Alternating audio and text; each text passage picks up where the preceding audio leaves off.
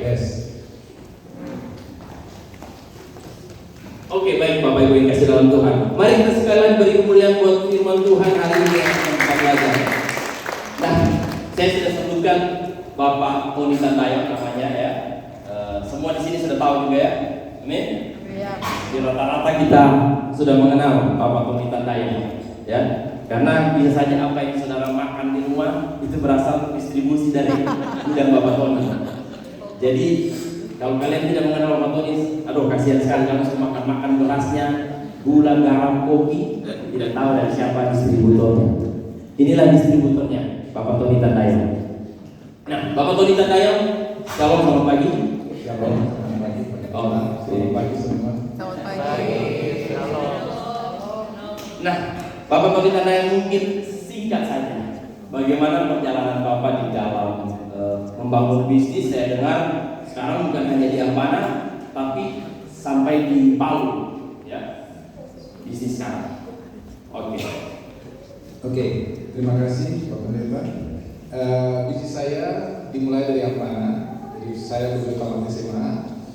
Sebelum terima ijazah lulus atau tidak, saya sudah memulai bisnis. Jadi kalau saya memang tidak lulus, tetap harus berusaha.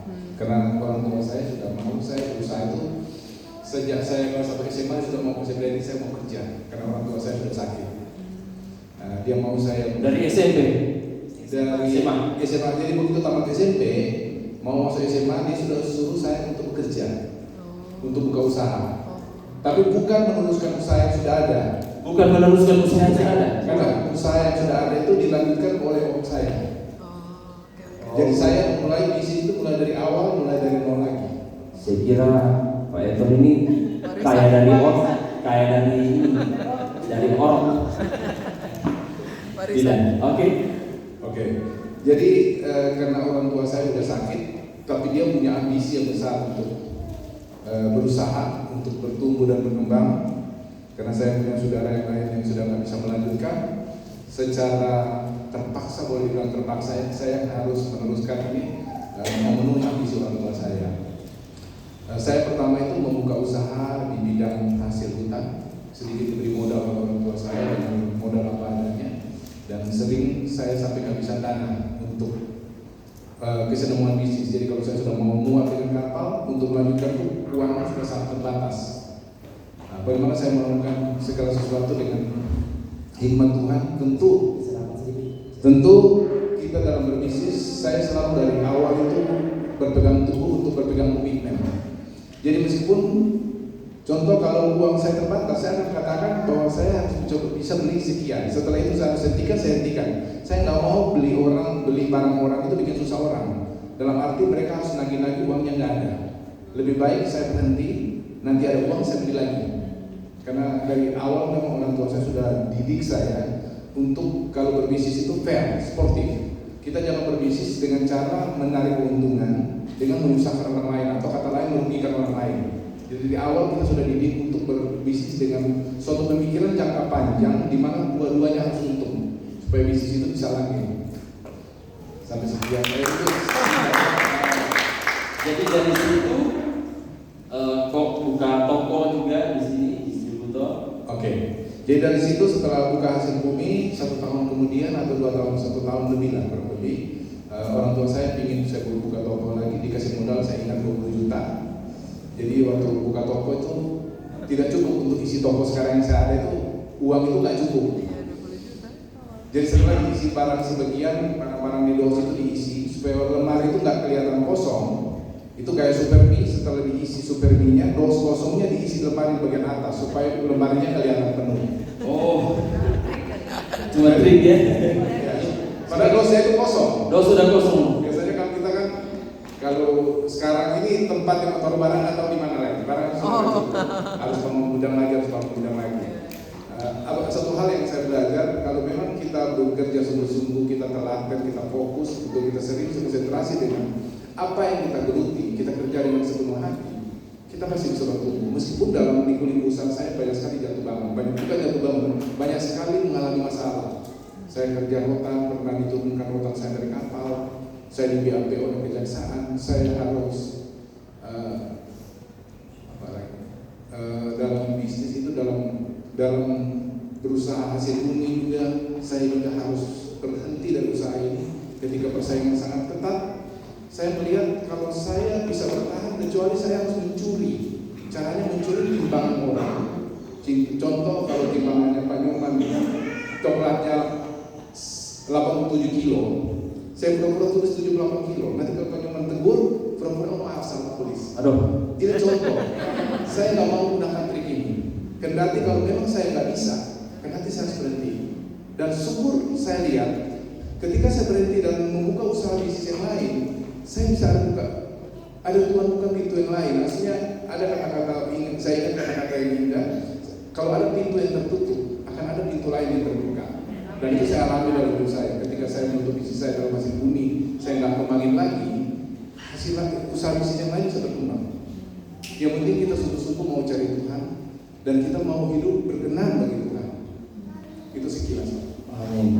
Kita garis bawah ya, kalau ada pintu yang tertutup, pasti Tuhan akan buka pintu yang lain. Beri kemuliaan buat Tuhan kita. Jadi jangan memaksa diri, siapa tahu Tuhan mau arahkan kita ke pintu yang lain yang Tuhan sedang bukakan. Amin. Amin. Ya, baik, itu pendahuluan kita hari ini. Nah, sekarang Kok Eton atau Bapak Tony Tandayong, kira-kira apa prinsip utama ya sehingga kok bisa membangun bisnis ini? Ya, saya pikir ini luar biasa. Orang Ampana bisa buka usaha yang sampai di Palu, itu tidak mudah. Karena Bapak Tony Tandayong bilang katanya bahwa di Palu itu dia tidak ada apa-apanya di sana. Di sana itu besar dan persaingan berdarah-darah di sana. Tapi saya pikir kalau Bapak Tony Tandayong bisa sampai di sana, ya pasti ada prinsip-prinsip yang Bapak Tony Tandayong pegang, ya, sehingga itu menjadi prinsip utama yang Bapak Tony pegang untuk menjalankan usaha atau ketika dipercayakan Tuhan. Ya. Apa kira-kira dari Bapak Tony Tandayong? Prinsip utama atau prioritas atau apa? Prinsip dasar. Kita ambil dua konteks ya, dari segi Alkitabiah dan segi profesionalisme kerja. Dari Alkitabiah saya belajar dari Abraham. Ketika dia harus berada pemilihan untuk mempersembahkan anaknya, atau dia harus melanggar perintah Tuhan, karena dia butuh cinta kepada anaknya Ishak. Tapi Abraham mengambil sikap atau keputusan, dia harus sebelum mempersembahkan anaknya. Meskipun itu sesuatu yang sangat dia cintai, itu membuktikan bahwa cinta dia kepada Tuhan itu lebih besar daripada cinta apapun yang ada di dunia ini. Apa yang dia miliki? Ya. Prinsip ini, ketika kita mengutamakan Tuhan dalam hidup kita akan melakukan apa yang Tuhan perintahkan. Dan Tuhan perintahkan itu jelas. Di dalam Alkitab semua tertera apa yang Tuhan mau, apa yang Tuhan ingin kita kerjakan. Itu sekilas prinsip dasar dalam saya dalam memilih. Jadi prinsipnya kok itu bagaimana jadikan Tuhan sebagai prioritas utama. Itu prinsip dasar dulu. Yang kedua, dalam urusan kerja itu ketika kita implementasi dalam dunia kerja, saya terjemahkan itu Tuhan ingin kita berkomitmen dalam bekerja. Kita mempertahankan integritas apapun yang terjadi, meskipun kita harus mengalami kerugian, kita harus memegang komitmen. Contoh, saya kalau dulu mengalami kontrak di Kopra atau di Coklat, kita kontraknya 10.000, harganya naik 12.000 nih. Kalau kita jual ke tempat lain 2.000 dengan 10 ton, 2.000 kali 10 ton, kita sudah bisa dapat selisih 20 juta. Tidak ada ikatan kontrak kerjasama di atas kertas, hanya orang benar diikat dengan mudah. Tapi sepanjang perjalanan bisnis saya berusaha untuk selalu komitmen. Komitmen ini saya lakukan bukan karena saya hebat, saya pintar, saya jago, enggak. Karena saya mengatur prinsip dasar tadi. Saya prinsip dasar saya di mana saya harus mengutamakan Tuhan. Saya tidak ingin mempermalukan Tuhan di dalam kerja bisnis saya. Di mana bisnis saya itu harus jujur, harus benar. Prinsip ini yang selalu saya pegang. Dan itu saya terus terang saya kutip dari pembelajaran saya terhadap Alkitab, di mana saya suka belajar Alkitab, suka baca. Dan ini saya jadikan prinsip-prinsip ini. Ini salah satu yang terbaik, banyak yang terbaik, tapi ini dasar dulu. Kita harus punya dasar iman yang kuat, yang teguh, yang kita bisa lakukan implementasi dalam setiap pilihan keputusan yang harus kita ambil. Itu sekilas dulu Pak yang tentang prinsip dasar. Oke, jadi saya garis bawahi yang pertama itu kok mengandalkan Tuhan. Tapi saya mau kasih tahu kok, ini tidak mudah kok. Bagaimana Tuhan didahulukan, ya, daripada hal-hal yang lain. Ini ya kita tahu kok bahwa di dalam dunia bisnis ini tidak mudah, persaingan begitu banyak. Nah, bagaimana kok bisa menjadikan Tuhan itu prioritas? Atau mungkin ada yang nyata, contoh konkret nyata, menjadikan Tuhan hal yang utama di dalam pekerjaan, di dalam kok mengelola keuangan, konteks dalam mengelola keuangan. Kembali seperti prinsip dasar tadi, bahwa kita ketika menjadikan Tuhan itu yang pertama, ketika apa yang Tuhan mau, seperti apa yang tertera dalam kitab itu, apa yang Tuhan perintahkan, itu kita jadikan pilihan keputusan. Meskipun kita sedang dari di awal kita mengalami kerugian dari balik keputusan itu. Banyak hal sih yang kita harus lakukan. Kita harus menjadikan kerugian, tapi di balik kerugian itu, contoh kita rugi Rp1.000, Tuhan bisa gantikan dengan angka yang lebih besar, contoh 10.000, atau besok kita bisa potong 5.000 berapa kali. Akhirnya kerugian kita tadi itu yang bisa tertutupi lagi. Jadi kita kalau melihat hidup ini jangan kita hanya lihat sepotong-sepotong, tapi kita harus melihat secara keseluruhan. Ini yang membuat kita, kacamata kita bisa terlalu positif untuk melihat sikap Tuhan terhadap atau keputusan Tuhan terhadap hidup kita. Jangan hanya kita lihat satu bidang kita nggak mau ambil itu. Kita harus melihat secara keseluruhan. Oke. Nah, sekarang lebih konkret lagi Pak. Contoh kita punya uang 2 juta, kita dapat pendapatan 2 juta. Orang yang mengutamakan Tuhan itu apa yang harus dia lakukan untuk mengelola apa yang? Kalau teori umum itu alat bantu. Kalau kita merasa pendapatan kita terbatas atau pas-pasan, kalau sudah lebih juga di sana gitu kan, kita perlu pencatatan. Kita harus memperhitungkan pertama standar pemasukan kita. 1 bulan saya punya gaji 2 juta nih. Saya harus membuat juga pengeluaran, mencatat pengeluaran kita. Contoh kita bayar listrik, bayar air, atau sewa rumah, bla bla yang lain. Berapa? Dan usahakan jangan sampai minus. Apapun yang terjadi, jangan sampai minus. Kenapa? Saya belajar dari kitab di dalam kitab kita, di dalam surah Paulus. Aku tahu apa itu kekurangan, aku tahu apa itu kelebihan, tetapi aku selalu berusaha mencukupkan diri dalam segala hal. Bagi kita, kalau kita bisa bersyukur, kalau apa yang kita inginkan itu bisa terpenuhi, kita ingin A dan terpenuhi, oh terima kasih Tuhan. Saya sampai merenung, sebenarnya standar kebutuhan saya itu apa? Ternyata di Alkitab saya dapat standar kebutuhan yang terendah untuk kita bisa bersyukur. Ada yang kita mau makan, ada yang kita pakai, cukup. Ada yang kita makan, ada yang kita pakai. Artinya dengan 1 biji baju kita bisa bersyukur. Soalnya yang menutup baju saya yakin kalau ada orang gila lari di muka rumahnya Pak Nyoman dengan telanjang, Pak Nyoman pasti akan lari ke dalam rumah ambil bajunya yang lain untuk memberikan kepada dia. Artinya Tuhan akan memberikan, memenuhi kebutuhan dasar hidup kita. Dengan keyakinan mungkin ada ayat lain, Tuhan akan pelihara burung-burung saja dia pelihara, apalagi kita manusia. Jadi kebutuhan dasar untuk kita bersyukur, jangan Tuhan itu jadi membantu apa yang kita mau, dia penuhi baru kita bisa bersyukur. Jadi ini jadi dasar saya untuk bisa bersyukur. Asal ada saya makannya bukan nasi dengan ayam kesukaan, ayam goreng KFC, enggak. Atau nasi minimal dengan ikan standar, atau minimal nasi dengan sayur. Kalau nggak ada nasi pun, tapi kamu masih bisa makan pisang dan itu bisa mengenyangkan Anda sudah harus bisa bersyukur. Standar kita bersyukur itu terlalu tinggi. Coba taruh standar kita itu serendah mungkin supaya kita bisa bersyukur. Jadi dengan dana yang terbatas itu kita bisa olah asal kita punya hati dulu yang bersyukur. Yes. Itu maksudnya ya. Cara mengolah itu banyak cara Pak. Kalau kita nggak punya uang untuk kos rumah, kita bisa cari orang yang bisa memberi kita tumpangan tanda kutip habis. Tidak harus selalu kita harus cari kontrak rumah. Kalau pendapatan kita, gaji kita tadi nggak cukup, kita bisa cari Banyumas. Mungkin di rumah Banyumas ada kamar yang masih free, ada. Kalau saya bilang boleh nggak? Saya yakin kalau saya orang tahu diri, bangun lebih pagi dari Banyumas, rumahnya sudah bersih. Bahkan anak-anaknya saya bisa sediakan Banyumas akan senang saya tinggal di rumahnya. Bukan dia usir saya sebelum saya sebelum saya keluar, dia sudah usir di luar. Kalau anak-anak Tuhan betul-betul mau implementasi apa maksud Tuhan, kita bisa diterima di mana saja. Asal talenta apapun yang ada kita gunakan dengan baik. Ya, oke. Ya, sekali lagi Pak Tony Tadayong. Jadi, ya itu penting sekali. Pertama kita punya hati yang bersyukur dulu ya. Karena kalau tidak punya hati yang bersyukur, berapapun yang kita terima pasti tidak akan cukup.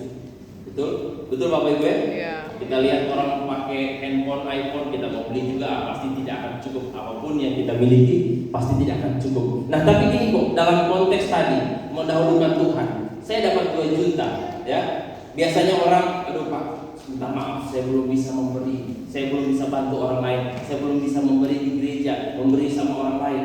Apakah ada alasan bagi kita, orang yang mengasihi Tuhan, ada alasan bagi kita untuk tidak berbagi?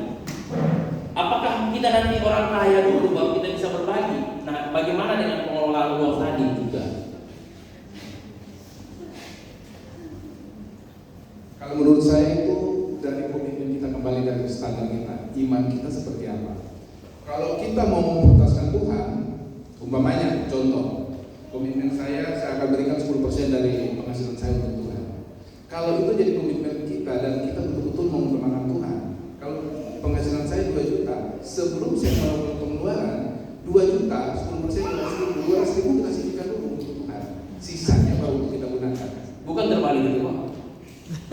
Secara umum orang menggunakannya terbalik. Sisanya baru kita kasih untuk Tuhan. Secara umum itu fakta lapangan, fakta kejadian realistis seperti itu. Tapi kalau kita anak Tuhan yang mau bersungguh-sungguh mencintai Tuhan dengan sepenuh hati dan mau melakukan Tuhan dalam firman yang kita lakukan dalam hidup, saya tidak mematok 10% sebagai standar ya. Tapi mau 20, mau 5%, mau berapa persen yang saudara ditetapkan sebagai komitmen, itu bisa komunikasikan di Tuhan supaya itu dalam satu jebol.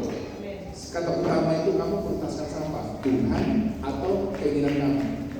Meskipun rugi kok. Begini Pak. Tadi seperti Adam Abraham tadi kan. Kalau dia sembelih anaknya pasti dia tidak punya anak lagi. Saya agak jauh sedikit Pak ya. Iya. Kenapa kita bergeser? Karena yang kita jadikan Tuhan itu bukan sesungguhnya yang seperti kita baca di Alkitab yang Allah Yahweh atau Kristus yang kita kenal pada masa perjanjian baru. Yang kita jadikan Tuhan itu adalah diri kita sendiri. Sejak awal manusia, mungkin kalau patung kasih itu belakangan, manusia telah menjadikan diri kita itu adalah Tuhan. Keinginan kita itu adalah raja. Kita penuhi dulu keinginan kita, baru kita lakukan yang lain. Penuhi kebutuhan Tuhan. Yes, jadi Tuhan jadi belakangan. Ini sih yang prinsip dasar. Yang terbalik ya. Ya. Jadi kalau prinsip dasar ini dirubah, Tuhan yang jadi nomor 1. Saya percaya kamu bisa melakukan yang terbaik betul. Seperti pilihan Abraham. Banyak juga saya lihat pilihan-pilihan lain, seperti Mesak, Abednego. Itu juga pilihan yang sama. Ketika dia disuruh menyembah Tuhan atau dengan Mesak, taruhannya juga apa? Nyawa. Kalau mereka tidak menyembah Tuhan, mereka akan dibunuh, dibuang dalam api, dan itu pilihan yang mereka harus ambil. Kenapa? Karena komitmen mereka menomor satukan Tuhan. Kita yang kita nomor satukan siapa? Diri kita. Implementasinya apa? Keinginan kita. Itulah implementasi di mana kita menjadikan diri kita adalah Tuhan. Keinginan kita adalah yang menjadi raja. Kalau saya mau masuk di dalam, kalau kamu diajak berpikir memilah keinginan atau kebutuhan, saya sering sudah dengar keinginan kebutuhan, pilih dulu kebutuhan baru keinginan. Begitu pintar kita menjawab dengan mudah dan spontan. Tapi implementasi tidak begitu. Keinginan itu merongrong kita untuk melakukan pilihan keinginan yang kita utamakan dibandingkan kebutuhan. Kalau kita diperhadapkan kepada kebutuhan, saya setiap hari butuh makan, butuh salam macam bla bla. Ada saya pernah dengar orang karena uangnya nggak cukup, dia harus berpuasa. Kalau dia makannya, kita tahu makan kita standarnya sehari 3 kali. Karena uangnya nggak cukup, dia di daerah dan negeri orang merantau, dia harus berpuasa sehari hanya sekali makan. Dia harus berpuasa. Sekali lagi, sehari hanya saya sudah berapa orang yang sempat ngomong, Pak Budi, saya merantau di negeri orang, uang saya nggak cukup untuk mencukupi ini gimana? Saya harus sehari sekali makan aja. Jadi kalau berpuasa kita karena ada ajaran dari Yesus kita, dia tidak, karena terpaksa. Kita juga bisa melakukan hal itu dalam hidup kita kalau memang itu kita tidak keluar dari garis-garis yang Tuhan inginkan. Kita sering menghalalkan segala cara, termasuk mencuri atau menipu orang untuk meloloskan, membenarkan diri kita bahwa kita tidak salah. Karena ini untuk memenuhi kebutuhan hidup dasar kita, kebutuhan dasar kita. Jadi kebutuhan begini, kebutuhan itu ada yang sangat pokok, yang sangat penting, dan ada kebutuhan juga yang masih bisa ditunda. Dia termasuk kebutuhan. Makan contoh seperti saya bilang tadi, kita butuh makan sehari 3 kali. Ya, pakaian minimal 2 kali. Tapi kalau kita mau penting sekali, yang penting sehari sekali, yang penting kita tidak mati. Yang penting kita tidak sampai mati. Itu antara kebutuhan yang pokok sekali dengan kebutuhan yang masih bisa kita toleransi. Kita terjebak ketika kita punya pembatasan dana terbatas, pemasukan terbatas, kita mengabaikan ini kebutuhan pokok yang terpenting ini. Kita rela melakukan dengan cara kita berhutang. Akhirnya kita nggak mampu bayar. Hutang itu salah satu ikatan kita. Saya nggak bilang berhutang itu salah, tapi kalau kita berhutang hanya untuk memenuhi keinginan kita, dan apalagi kalau kita mampu untuk membayarnya, itu akan mengikat kita untuk terjebak hanya jatuh dalam dosa. Saya sudah lihat banyak teman-teman saya, saudara saya, jatuh bukan karena dia tidak baik, hatinya baik, selalu ke gereja, selalu baca firman, hanya kurang bijak dalam mengelola uang. Atau lebih dalam lagi, kurang bijak mengelola keinginan dia. Kalau saya sebagai pengusaha, mudah-mudahan teman-teman yang lain kalau pengusaha tidak punya cara yang sama. Salah satu godaan itu kalau kita pengusaha itu kita ingin jadi senang, ingin dapat untung yang banyak, kita ingin jadi kaya. Tapi kan semua orang suka untung yang banyak, itu bagaimana? Semua orang pasti punya keinginan untuk untung yang banyak. Makanya kalau kita prioritaskan Tuhan, kita mau untung dengan cara-cara yang benar, cara-cara yang berkenan bagi Tuhan, bukan cara-cara yang memenuhi keegoisan kita. Keegoisan kita ya, saya ingin jadi kaya nih. Ingat, saya selalu ada ayat Firman juga yang selalu mengisi renungan itu. Carilah kerajaan Tuhan dan kebenarannya, maka segalanya akan mendapatkan kebenaran. Jadi uang itu bukan jadi nomor 1, tetap kerajaan Tuhan itu nomor 1. Itu prinsip dasar. Kalau Tuhan nomor 1, Anda jadi kaya, Anda bisa makan satu hari 5 piring, itu plus. Anda ingin punya pondok, terus Anda Tuhan berikan istana, itu plus. Gak usah target saya punya istana, saya ingin punya mobil mewah. Karena dia harus menggunakan cara-cara yang tidak benar. Kalau kita jadi pejabat, kita harus korupsi. Dengan pembenaran itu hal yang biasa. Kalau di kantor, kalau korupsi itu hal yang biasa. Nah, jangan jadikan kebiasaan adalah patokan kebenaran. Jadikanlah kebenaran sebagai patokan kita untuk mengambil keputusan. Benar, ingat. Kebenaran itu kalau kita kritis hanya didapat kebenaran kita. Makanya saya sarankan untuk saudara selalu baca firman Tuhan, selalu baca firman Tuhan. Karena situ sumber Tuhan untuk berbicara kepada kita apa yang Dia inginkan untuk kita lakukan dalam hidup kita sehari-hari. Oke, baik, sekali lagi tepuk tangan Bapak Ibu Tuhan. Ya, sedikit lagi. Nah, Bapak Tony Tandayong, tadi saya sudah mengambil beberapa hal kesimpulan. Pertama, benar-benar bahwa kita harus pertama untuk mengelola apa yang ada pada kita harus takut akan Tuhan lebih dahulu, ya. Takut akan Tuhan, kita harus prioritaskan Tuhan daripada uang, daripada diri kita, ya. Itu syaratnya, karena ya kita tahu bahwa Tuhan sudah menembus kita sehingga kita menjadi miliknya. Kita hanya bendahara yang ditugaskan untuk mengelola apa yang Tuhan percayakan. Oleh sebab itu kita harus prioritaskan Tuhan. Yang kedua, kita harus punya rasa cukup. Itu tadi kawan, ya, punya rasa cukup, ya.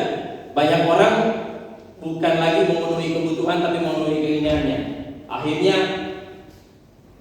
Akhirnya hancur, ya, usaha hancur, terlilit, ya, terhutang dan berbagai macam persoalan yang dia buat, mencuri, ya, tadi kau bilang tadi buat timbangan tadi, karena menjadikan uang sebagai nomor satu bukan Tuhan.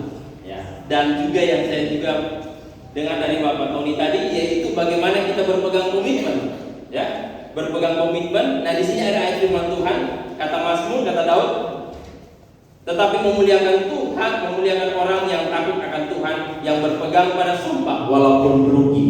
Jadi Tuhan kita suka memuliakan orang yang suka berpegang pada komitmen walaupun rugi. Ya, itu yang ketiga. Nah, sekarang kok pertanyaan berikutnya, menurut kok bagaimana bisa sampai sekali lagi ini hanya untuk mengorek? Bagaimana bisa kita tidak cukup? Ya, kita dapat gaji, dinaikkan gaji, tidak pernah cukup. Itu bagaimana kok? Bagaimana kita kok bisa menjawab hal itu supaya kita bisa mengelola apa yang ada pada kita?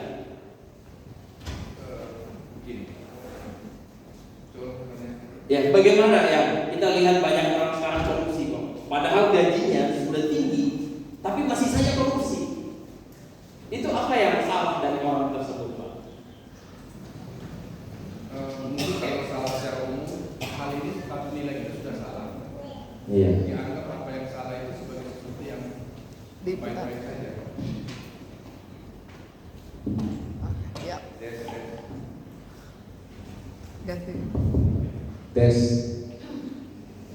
Ada juga kesalahan dari faktor luar. Faktor luar itu tata nilai yang ada di luar, di mana hal-hal yang salah itu kadang-kadang dianggap benar.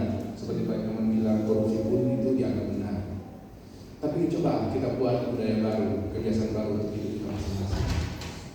Usahalah hidup berkenan sama Tuhan. Tidak ada seorang pun yang bisa hidup benar, terkecuali saya ngomong atau bukan masingkan, termasuk Pak Pendeta sekarang. Seseorang kalau bisa hidup benar hanya kalau dia bisa mendapat hikmat dari Tuhan. Bagaimana caranya kita bisa mendapat hikmat dari Tuhan? Kalau kita pertama diawali dengan dasar kita takut akan Tuhan. Tanpa takut akan Tuhan kita nggak bisa mengelola. Nggak bisa. Karena saya ingat ada cerita di Alkitab tentang orang kaya yang sudah melakukan 10 hukum dengan baik, tapi Tuhan bilang dia tidak berkenan. Ketika dia jual kamu ikut aku, orang itu pergi meninggalkan Yesus. Artinya dia lebih memilih harta daripada Tuhan. Karena hatinya terdekat dengan kita tadi. Tuhan mau hati kita terikat kepada Dia di dalam kebenaran. Solusinya satu. Di ayat terakhir Tuhan bilang apa? Tidak ada yang mustahil bagi Tuhan. Artinya kalau kita bisa benar, itu hanya karena pekerjaan Tuhan, pekerjaan Paulus. Bukan karena kemampuan Pak Pendeta yang hebat, orang tuanya hebat, diri dia hebat, saya juga hebat, tidak ada. Jadi kalau seorang bisa, itu hanya karena Tuhan yang mau memakai tubuhnya sebagai alatnya. Bagaimana caranya? Kita harus mendapat hikmat Tuhan. Kita harus bergaul dengan Tuhan. Kita harus bisa berkomunikasi dengan Tuhan. Kita harus bisa punya daya untuk berkomunikasi. Ketika kita mengambil keputusan, kita tanya Tuhan dulu kan. Yang sering kita lakukan apa? Kita tanya kepada diri kita. Ketika kita tanya kepada diri kita, apa yang dia sarankan? Keinginan kita yang harus kita lakukan, bukan keinginan Tuhan. Sehingga terjebak pada korupsi. Yes. Jadi saya ulang, harus diawali dari takut akan Tuhan. Kalau takut akan Tuhan jadi prinsip dasar, Anda akan memperoleh hikmat dan Tuhan akan bekerja di dalam diri Anda. Saya suka ada kata di dalam kita, Paulus selalu berkata, aku telah mati, sekarang ini Kristus dalam aku. Selagi diri kita masih hidup, kedagingan kita masih hidup, ya, Paulus tidak bisa bekerja dengan sempurna, dengan maksimal. Saya juga ngomong ini bukan berarti saya sudah sebaik yang dalam perspektif saudara. Saya juga bergumul, setiap hari saya masih bergumul ini. Seperti kata-kata Pak Pendeta tadi, kita ini adalah orang-orang berdosa yang masih bersalah, tapi harus disempurnakan dalam Kristus. Pembacaan firman Tuhan setiap hari itu alat untuk kita bisa mengoreksi diri kita dari hari ke hari, mengingatkan kita untuk kita bisa melakukan apa yang Roh Kudus mau. Jadi nonsen kalau ada orang bilang dia mau hidup benar dengan Tuhan, tapi dia malas dengan kita. Kapan dia baca kitab nanti di gereja? Nanti Pak Pendeta suruh berkata kita buat dia bukan. Itu omong kosong. Tuhan harus berbicara setiap hari lewat firman-Nya. Kita harus baca. Itu saran saya. Mudah-mudahan ada juga yang tertarik seperti saya. Terima kasih. Baik, mari kita beri tepuk tangan Ya, saya pikir ini sangat penting sekali, Bapak Ibu. Masalah teknisnya nanti kita lebih lagi. Tapi yang pertama dasar dulu memang harus takut akan Tuhan. Ya. Bagaimana kita bisa mengelola kalau kita tidak punya hikmat dari Tuhan? Amin. Ya. Sehingga apa yang Tuhan percayakan dari dulu itu terus. Kenapa? Karena kita tidak punya hikmat mengelola. Hikmat mengelola itu bukan hanya kita belajar dari Tuhan, itu tidak bisa sekarang. Kita harus belajar dari Tuhan. Amin. Ya. Oleh sebab itu kita penting sekali kita belajar firman Tuhan, belajar ikut dalam persekutuan, dalam konsel, dalam perkara-perkara, supaya kita makin mengenal Tuhan lebih dalam. Sehingga dengan itu kita bisa mengelola apa yang ada pada kita semua. Amin. Amin. Beri kemuliaan buat Tuhan kita. Ya, baiklah kita makin berdiri, kita akhiri. Ya, kita berdoa. Ya, mungkin ada pesan dari Pak Eko. Pesan saya, jangan terlalu bikin bulu-bulu. Kalau Anda langsung berkomitmen, Anda langsung hidup sempurna, pasti akan jatuh lagi.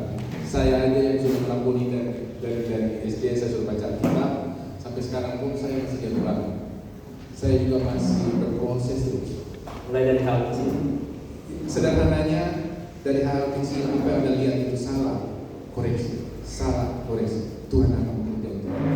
Tuhan akan menguatkan Anda, Tuhan akan menyempurnakan Anda. Anda lihat ini salah, hal sepele, perbaiki. Hal sepele, perbaiki. Dalam setiap misi saya itu begini, ada yang salah saya perbaiki, ada yang salah saya. Nggak tunggu-tunggu dulu, biarin dulu nanti sebentar lainnya kan baru berubah gitu. Jadi begitu ada kamu lihat ada yang salah, langsung bertindak, berubah. Ada yang salah, berubah.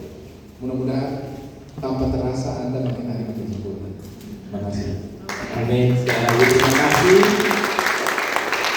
Matius 6 ayat 24 bisa dibaca di situ. Kita baca bersama-sama setelah itu kita berdoa. Matius 6 ayat 24. Ya ini memang standar ya. Tanpa kita punya hikmat Tuhan tidak mungkin kita bisa mengelola. Kita cuma mau tiru-tiru begini caranya ada 10%, 20% tidak akan gagal. Kalau kita tidak punya standar firman Tuhan dalam hati kita. Kita baca sama-sama 1, 2, 3. Tak seorang pun dapat mengabdi kepada dua tuan, karena jika demikian ia akan membenci yang seorang dan mengasihi yang lain, atau ia akan setia kepada yang seorang dan tidak mengindahkan yang lain. Kamu tidak dapat mengabdi kepada Allah dan kepada Mammon. Bilang sama samping kiri kanan, jangan mengabdi pada Mammon, pada uang. Ya, mengabdi sama saya. Mengabdi pada Tuhan. Karena berkat dari Tuhan. Amin. Amin. Berkat dari Tuhan. Berkat itu karena kamu dipercaya. Tuhan memberkati kamu. Kamu dipercaya mengelola sedikit, Tuhan akan memberkati kamu. Baik, kita akan berdoa. Bapa di surga, terima kasih Bapa, kami bersyukur kami sudah mendengarkan kebenaran firman Tuhan hari ini tentang bagaimana kami bisa mengelola keuangan agar kami bisa menjadi bendahara yang baik. Dan prinsip yang pertama yaitu bagaimana kami harus mengutamakan Tuhan dalam kehidupan kami. Kami harus punya rasa cukup akan segala sesuatu yang Tuhan berikan, dan kami harus berkomitmen walaupun itu harus rugi. Kami tetap berkomitmen karena kami adalah orang-orang yang berkomitmen di dalam Tuhan. Bukan untuk kesenangan kami hidup, bukan untuk kenyamanan kami hidup. Kami hidup untuk Tuhan. Oleh sebab itu biarlah kami jadi orang-orang yang berkomitmen, sehingga orang melihat Kristus benar-benar ada di dalam hidup kami. Terima kasih Tuhan Engkau memberkati Bapak Tony Tandaya di dalam pekerjaannya, dalam rumah tangga, pekerjaan, bisnisnya. Tuhan Engkau terus memberkati. Apa yang sudah Tuhan percayakan, biarlah Tuhan berikan hikmat buat hamba-Mu untuk mengelola segala sesuatu yang Tuhan sudah percayakan untuk kemuliaan bagi nama Tuhan. Apa berdoa bagi mereka yang saat ini dalam keadaan sakit, Tesa yang dalam keadaan sakit, mari Tuhan sembuhkan dia, jamah pulihkan dia oleh darah Yesus. Mari Tuhan sembuhkan Tesa Tuhan. Berdoa bagi Bapak Manulang Tuhan Yesus, ya, di mana orang tuanya juga sakit di Medan. Mereka rencana akan berangkat. Mari Tuhan sertai perjalanan mereka. Tuhan sertai Bapak Manulang dalam perjalanan sehingga Tuhan memberkati dia boleh tiba dan selamat sampai di Medan. Dan berkati orang tuanya, Tuhan jamah, Tuhan sembuhkan oleh kuasa darah Tuhan Yesus Kristus.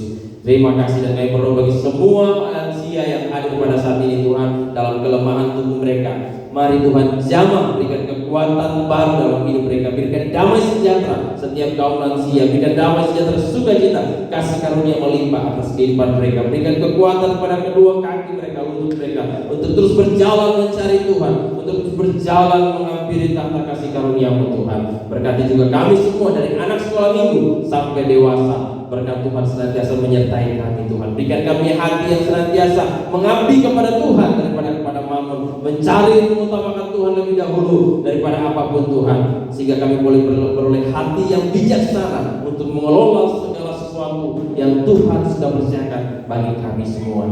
Terima kasih Tuhan, terima kasih. Ini doa kami Bapa dalam nama Yesus. Haleluya. Amin. Silakan dulu. Terima kasih sekali lagi. Mari kita beri tepuk tangan buat Bapak Tony dan saya. Oke, selanjutnya saya langsung saja penginjil kita yang baru kuliah, ya. Ondu, saudara Ondu, Benyamin ya. Saya persilakan maju ke depan, ya. Singkat saja, jelas padat, ya. Bapak Ondu, Bapak Benyamin ini buah sulung dalam pelayanan kita yang ada di Saluan, ya. Di Keroas, ya. Dia dari seorang yang tidak tahu baca tulis, ya. Nanti dia ceritakan semua sampai dia bisa berbagi firman Tuhan kepada orang lain, bahkan dia bisa sekolah, ya. Tempatnya ini Bapak Ibu jauh sekali, ya. Dulu waktu kami pergi yang pertama-tama itu sampai 7 jam ya jalan kaki. Orang-orangnya belum pakai baju seperti ini, ya. Belum pakai baju, ya. Cuma pakai cidato di sini, ya. Sampai di situ saja. Ondue masih lari-lari masih. Ini saja. Tapi puji Tuhan dia bisa membagikan Injil jadi penginjil sekarang. Beri kemuliaan buat Tuhan kita.